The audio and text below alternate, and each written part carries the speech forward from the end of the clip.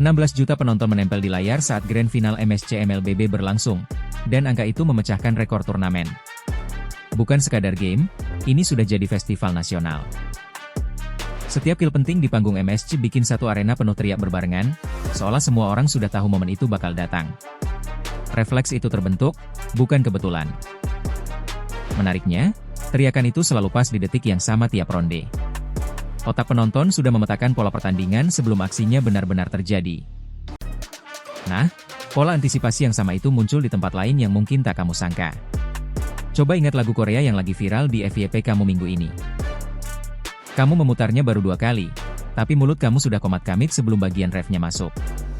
Itu bukan karena kamu jago bahasa Korea. Fenomena kamu ikut nyanyi sebelum ref datang punya penjelasan yang cukup rapi. Kuncinya ada di satu bagian kecil sebelum ref yang disebut pre-chorus. Pre-chorus itu jembatan pendek antara bait dan ref. Tugasnya cuma satu, menaikkan tegangan sedikit demi sedikit supaya telinga kamu menagih pelepasan. Di bagian ini nadanya biasanya naik bertahap, seperti tangga yang menanjak. Tiap anak tangga memberi sinyal ke otak bahwa puncaknya sudah dekat. Otak manusia benci gantung. Begitu ia merasakan nada menanjak, ia otomatis menebak nada berikutnya dan bibirmu ikut bergerak duluan. Itulah kenapa kamu sudah bernyanyi sebelum ref benar-benar berbunyi. Kamu bukan menghafal lirik, kamu menebak arah melodi, dan tebakan itu terasa memuaskan. Sensasi menebak dengan benar melepas dopamin kecil di kepala.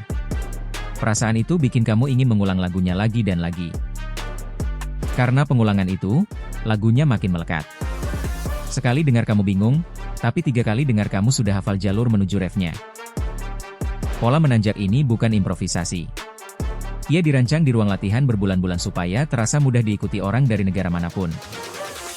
Makanya lagu ini bisa nyangkut di orang Indonesia, Brasil, sampai Amerika sekaligus. Bahasa boleh beda, tapi tangga nada bicara ke semua telinga. Coba dengarkan lagi lagu favoritmu dan pasang telinga di bagian tepat sebelum ref. Kamu akan menyadari ada dorongan yang menarikmu maju. Kalau bagian bab ini menarik buat kamu, tahan dulu, karena masih ada mekanisme lain yang lebih licik. Aku bakal bahas tuntas di seri bedah K-pop berikutnya. Sekarang perhatikan fenomena kedua yang muncul di panggung besar. Saat lagu dibawakan langsung, ribuan penonton menyanyikan satu bagian tanpa aba-aba. Bagian yang dinyanyikan massal itu hampir selalu bagian pre-chorus atau jelang ref. Bukan kebetulan, itu titik paling gampang ditebak dalam sebuah lagu. Ada satu trik tambahan yang sering dipakai, nada di jelang ref diulang 2 kali dengan sedikit perubahan. Pengulangan mini ini seperti latihan singkat buat telinga. Begitu kamu dengar versi pertama, otak langsung menghafal bentuknya. Saat versi kedua datang, kamu sudah siap menyanyikannya duluan. Trik ini juga alasan potongan pendek lagu bisa meledak jadi tren joget di media sosial. Bagian yang gampang ditebak paling gampang diikuti orang. Perhatikan juga jeda sepersekian detik tepat sebelum ref meledak. Keheningan singkat itu membuat pelepasan setelahnya terasa jauh lebih memuaskan. Otak menahan napas di jeda itu, lalu melepasnya bersama ref.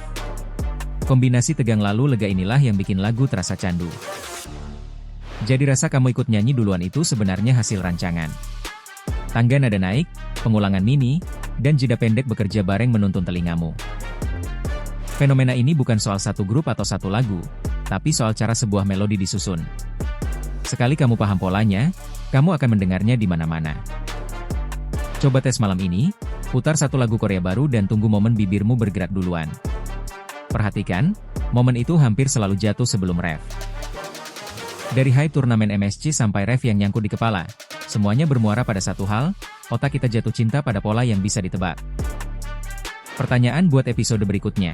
Kalau menebak nada bikin lagu candu, kenapa satu tarian pendek bisa ditiru jutaan orang padahal gerakannya susah? Tulis tebakanmu di komentar sebelum episode 2.